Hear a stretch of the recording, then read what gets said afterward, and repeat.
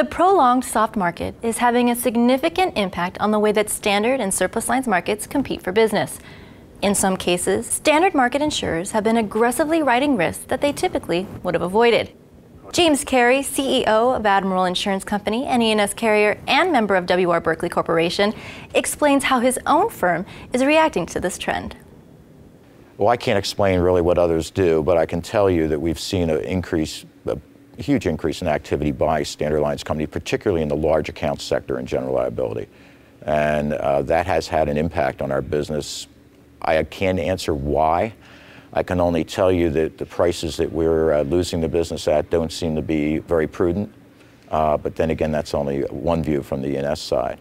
But we have seen more activity. It's not atypical in a soft market to see admitted carriers, standard lines companies come in and take business off the edges. But it's been a little bit more rampant, maybe because of the economy, maybe because of the lack of available business, maybe because people want to deploy excess capital.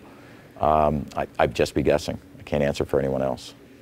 Given the cyclical nature of the insurance industry, insurance companies need to manage through market competition with both a short and long-term view of the future.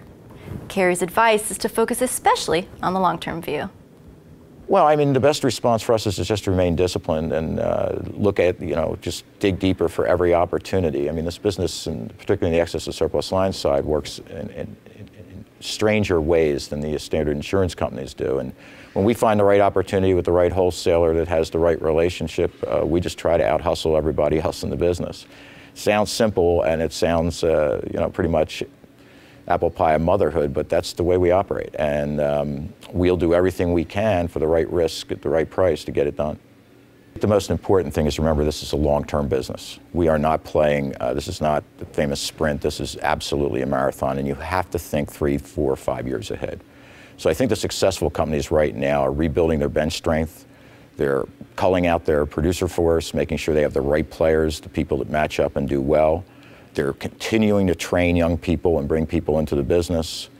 You've got to have those type of long-term views if you're going to be successful in this business. You have to accept the fact that the business will get smaller at times and will get incredibly larger at times. So I think that's the best way to respond to a market condition like we have today.